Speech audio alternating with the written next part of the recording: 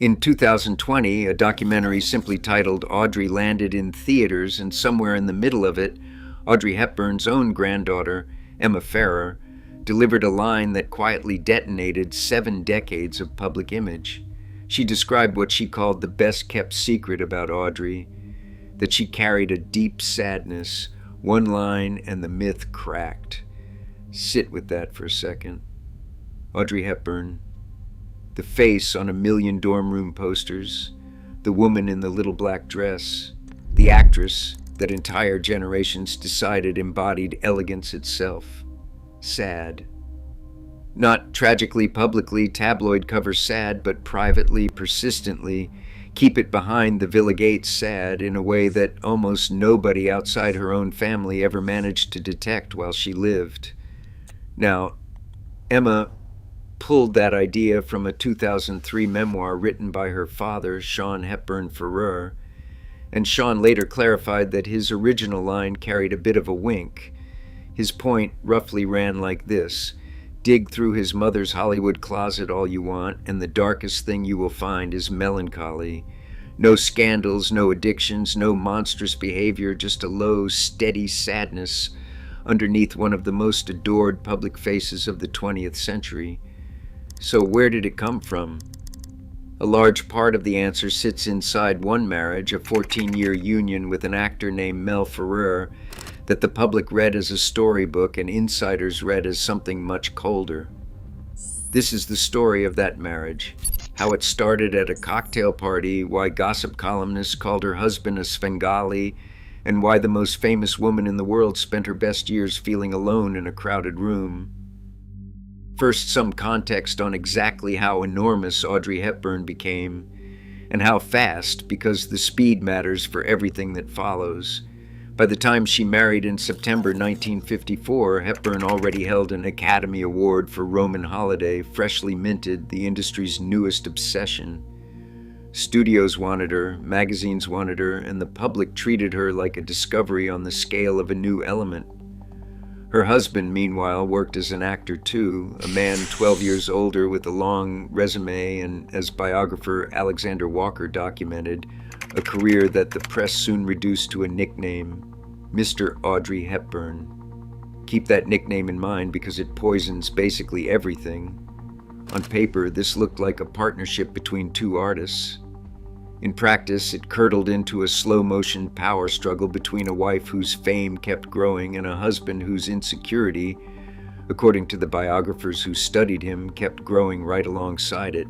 One of them collected an Oscar before the wedding cake arrived, and the other spent the next 14 years reading his own name printed after hers. Rewind to 1953. Gregory Peck, Hepburn's co-star from Roman Holiday, hosted a cocktail party in London, the kind of gathering where mid-century movie people circulated with drinks and traded ambitions. At that party, Audrey Hepburn met Mel Ferrer. The attraction hit immediately on both sides. Remember the setting for a moment, because it matters. Peck, the man who shared the screen with her in the film that won her the Oscar, effectively introduced her to the man who would dominate the next 14 years of her life. Hollywood in this era functioned as a village, and the same handful of rooms kept producing marriages, feuds, and careers.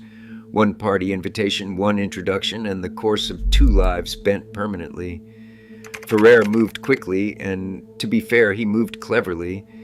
Instead of flowers or dinner invitations, he sent her a script, a Broadway play called Undine. That opening move tells you a lot about the man, actually. His first play for the attention of the most sought-after young actress on the planet involved handing her work, positioning himself from day one as the person who shapes what she does next. Romantic, sure, in a very specific way. Also a preview of the next decade and a half. The gambit worked. In 1954, they starred opposite each other in Undine on Broadway, and somewhere between rehearsals and curtain calls, they fell deeply in love. Not a studio-arranged romance, not a publicity stunt, but the genuine article which complicates everything that came after rather than simplifying it. Nobody forced these two together. They chose each other, night after night, in front of a paying Broadway audience, while quietly falling for each other backstage. Complicated stories need complicated ingredients, and this relationship arrived fully stocked. A nearly 12-year age gap sat between them, with Ferrer born in August 1917 and Hepburn in May 1929. She stood at the beginning of everything, while he carried the mileage of a man who already lived several lives. Which brings us straight to his resume.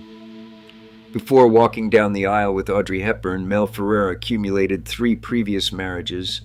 2 of those marriages involved the same woman, meaning he married her, divorced her, married her again, and divorced her again, which suggests a man with either heroic persistence or serious difficulty learning lessons. 4 children came out of those unions, so the 25-year-old with the fresh Oscar prepared to marry a thrice-divorced father of 4, 12 years her senior, whose most memorable romantic gesture doubled as a career proposal.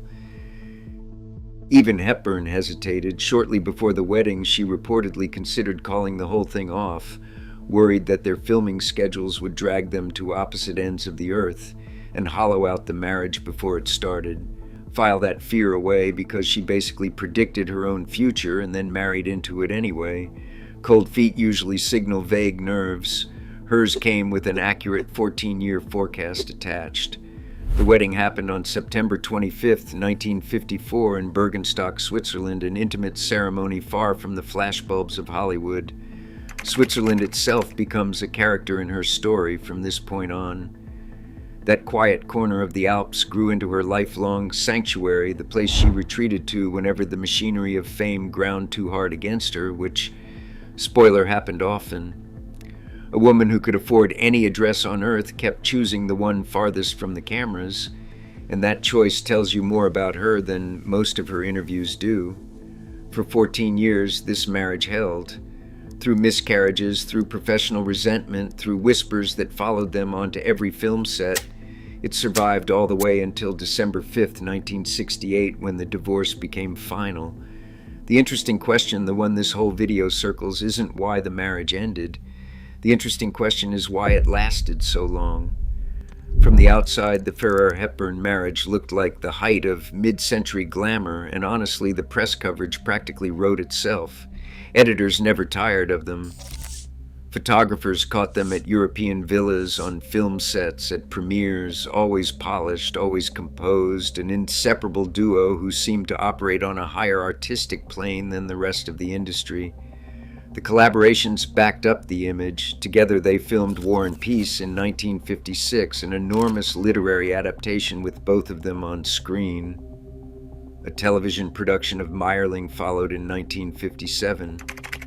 2 years later, Ferrer stepped behind the camera to direct her in Green Mansions, and in 1967, near the end of the marriage, he produced Wait Until Dark, one of her most intense performances. Whatever else you say about these two, they built things together, real projects over and over for more than a decade. To newspaper readers in 1958, this looked like the dream. A married couple, both artists, working side by side, splitting their time between Hollywood and Europe, wealthy, beautiful, and apparently devoted. Every photo spread from a European villa reinforced the same message. These two figured it out, the career and the love story at once, and didn't the rest of us wish we could manage the same? Notice, too, the range of those projects, because it makes the eventual collapse stranger. A sprawling literary epic, a television drama, a jungle romance he directed, a thriller he produced. The two of them kept finding new professional configurations, actor and actor, director and star, producer and lead. If a marriage could survive on shared work alone, this one would still be running. Collaboration turned out to be the one department where they never failed each other. Hollywood insiders read a completely different story. Behind the scenes, the marriage drew scrutiny usually reserved for political scandals. Gossip columnists circled it constantly, and they eventually settled on a single word for Mel Ferrer's role in his wife's life. A word borrowed from an old novel about a sinister hypnotist who controls a young singer, Svengali. The accusation ran like this: Mel Ferrer controlled his wife. He managed her career and decided things for her, while she, The most famous actress alive followed, and once columnists began whispering the word and insiders kept repeating it, the nickname clung to him for the rest of the marriage. Hepburn, for her part, laughed the whole thing off in public. Loyal to the end, she defended her husband, dismissed the gossip, and kept smiling for cameras. According to biographer Barry Paris, though, the tension on film sets told its own story, palpable enough that colleagues noticed it at the time and still remembered it decades later. Paris documented a woman constantly managing her husband's ego while her own fame kept inflating the very problem she tried to soothe. Exhaustion, basically, dressed up in couture. Other witnesses left sharper testimony. Fred Zinnemann, who directed her in The Nun's Story, observed that Hepburn often appeared emotionally sequestered on set, walled off, dutifully following the rigid schedule her husband managed for her. Read that again, the director of one of her greatest films watched her work and came away describing a woman who seemed locked inside herself. Then there's William Holden, whose comment cuts deepest of all, partly because of who he once represented in her life. Holden co-starred with Hepburn in Sabrina in 1954, and during that filming the two of them fell into a deeply passionate relationship. No casual fling, this. Hepburn hoped to marry him and start a family, and the romance collapsed only when she discovered that Holden underwent a vasectomy years earlier, a discovery that, for a woman whose deepest wish involved children, ended things full stop. So when Holden later looked at her marriage and delivered his verdict, he spoke as a man who once nearly claimed the very role that Ferrer now held. His assessment, "I think Audrey allows Mel to think he influences her." Chew on that sentence, because it complicates the whole Svengali story. Holden didn't describe a puppet, he described a woman performing submission, letting her husband believe in a control that she quietly permitted rather than suffered. Bitter ex-boyfriend talking? Possibly. Sharpest observation anyone ever recorded about this marriage? Also possibly. Either way, it suggests the private picture contained more layers than the gossip columns ever printed, and that Hepburn, far from being hypnotized, played a role at home just as skillfully as she played them on screen. To understand why this marriage hurt her so specifically, you need to understand what Audrey Hepburn actually wanted from life, because it defies every assumption. She didn't want to be a star. That sounds like false modesty from a woman with an Oscar on the shelf. The people closest to her confirmed it anyway. Her younger son, Luca Dotti, wrote in Audrey at Home that his mother's true desire never pointed at stardom, but at a quiet domestic life, a kitchen and a family and some peace. The most photographed woman of her era dreamed, more or less, of being left alone with people she loved. Hepburn herself compressed her entire philosophy into one verified sentence, which matters because the internet loves stapling fake inspirational quotes to her face. "My greatest ambition is to have a career without becoming a career woman." No misattribution this time, for once. The marriage delivered the exact opposite. Her fame swallowed her husband's whole, forcing her into the role of primary breadwinner and permanent center of attention, an arrangement she actively disliked. Every magazine cover with her face on it widened the gap between the life she led and the life she wanted, while also, incidentally, feeding the insecurity of the man she came home to.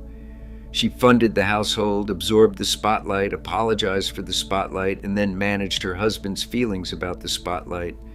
Fun arrangement. Notice the trap in its full shape. Success for most people solves problems. For Hepburn, every professional triumph deepened her personal one, since each new hit pushed her further from domestic quiet and pushed her husband further into resentment. The thing the world congratulated her for functioned inside her own house, as the thing slowly poisoning it. Her stated ambition also explains the gossip about her marriage better than the Svengali novel does. A woman who dreaded the machinery of stardom might quite rationally hand the business side of her life to her husband, not because he hypnotized her, but because every contract he negotiated meant one less afternoon she spent being a career woman. Holden's line about her allowing Mel his influence fits neatly into that reading. The arrangement suited her, right up until it didn't. And underneath the career problem sat something much heavier, the children problem.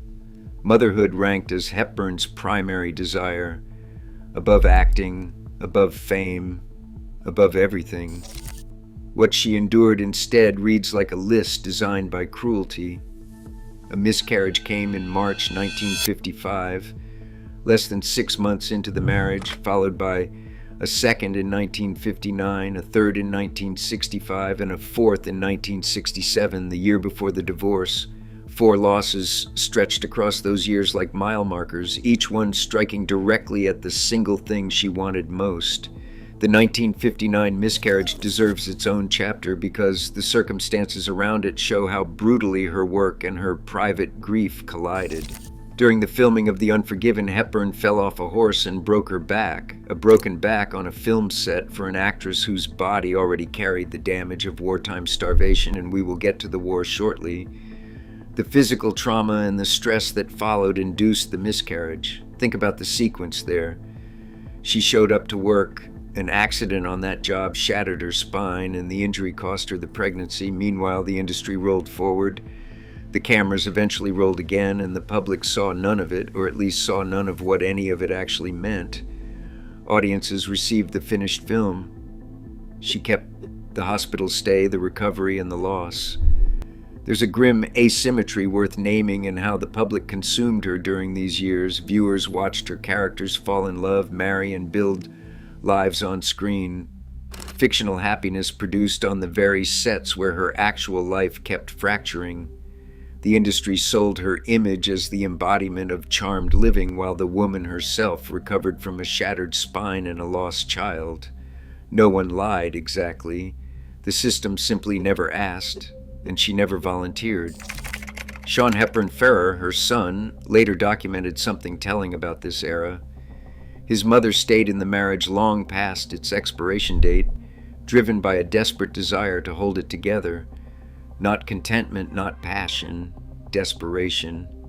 Which raises the obvious question of what drives a wealthy, adored, world-famous woman to cling that hard to a marriage that colleagues could watch draining her in real time.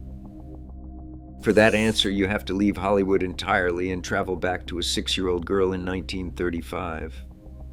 Biographer Donald Spoto in Enchantment, The Life of Audrey Hepburn, dug deep into her childhood and came back with an argument that quietly reframes the entire marriage.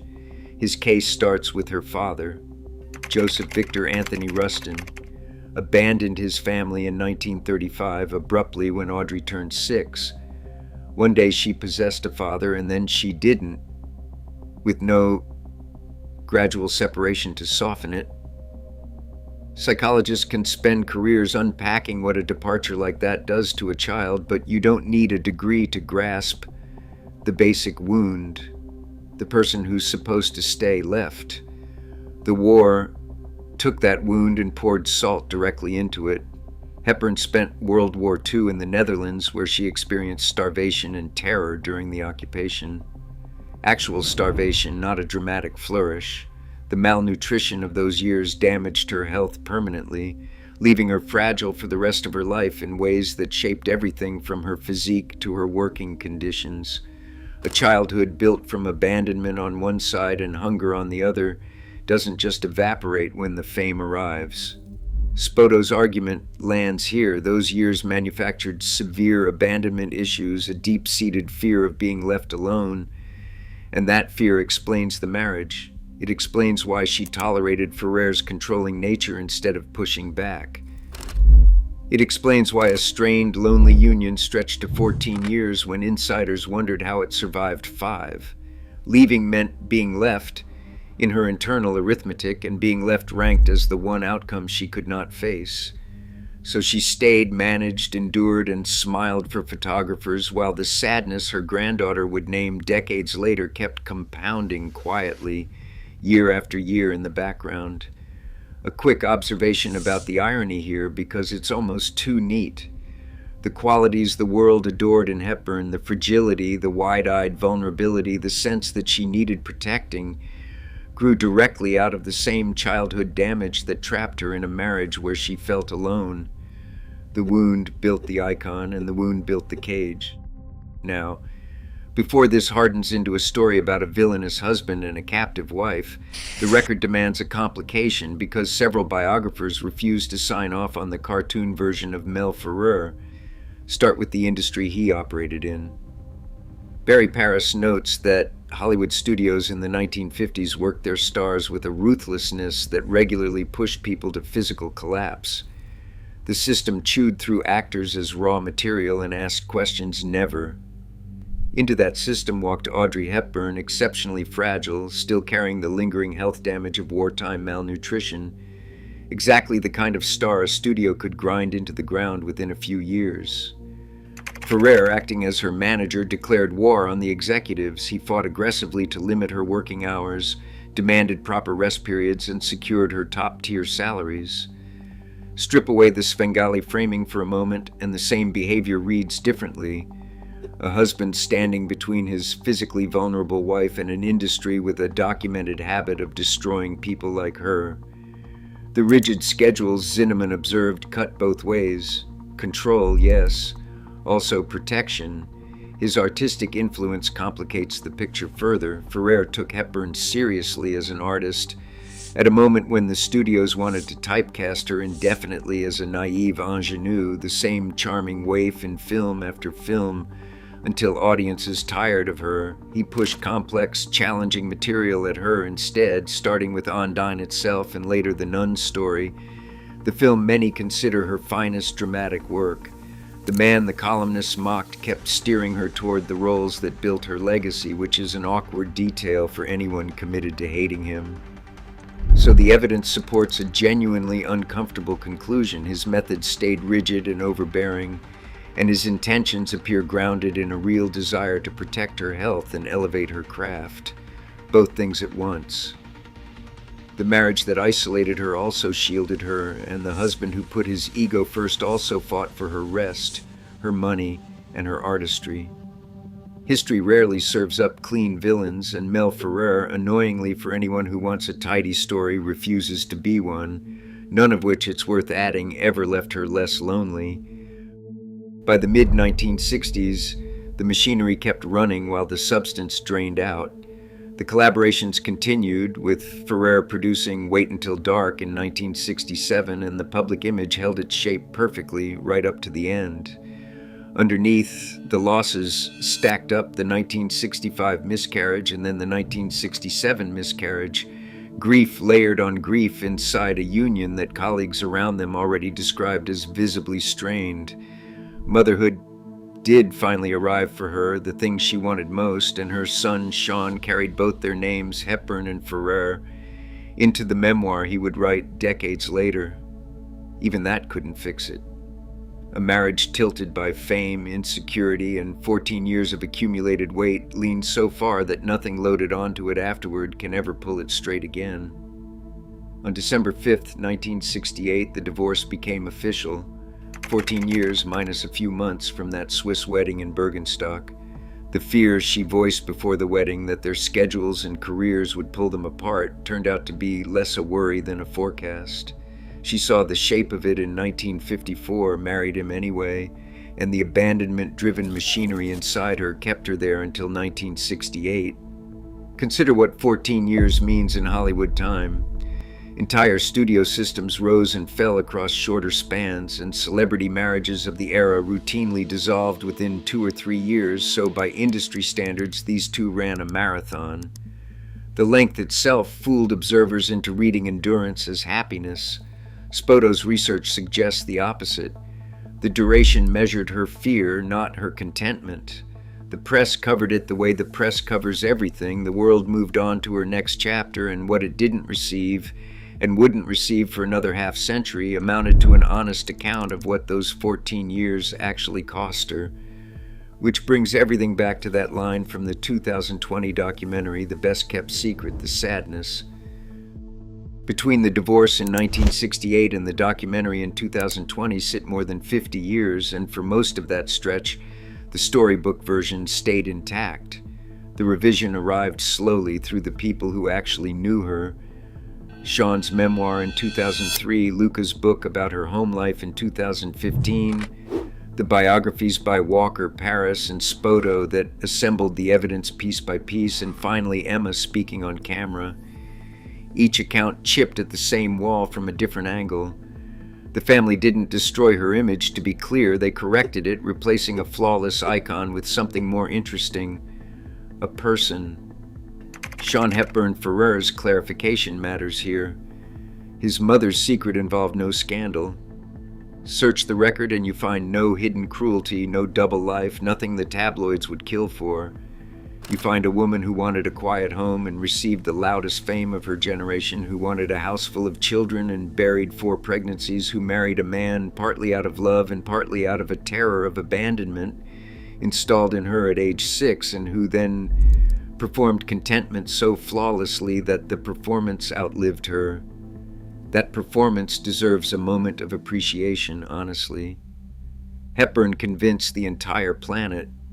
For decades, the public bought the storybook completely: the sophisticated couple, the effortless elegance, the charmed life. Meanwhile, Holden watched her allow her husband his illusions, Zinnemann watched her seal herself off on set, and her sons watched her chase a domestic peace that fame kept snatching away.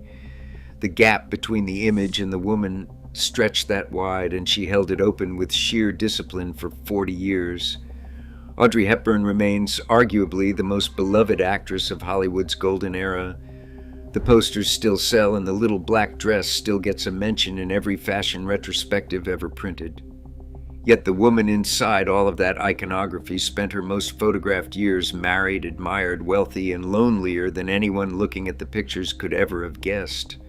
Her granddaughter needed a single sentence to say what the archive spent decades hiding, and the secret held right up until Audrey's own family decided to stop keeping it. 50 years of silence, undone in one interview. If you want more stories about the gap between Golden Age Hollywood's public fairy tales and what actually happened behind the villa gates, there's a video on screen for you right now. Go on. The pictures are never the whole story.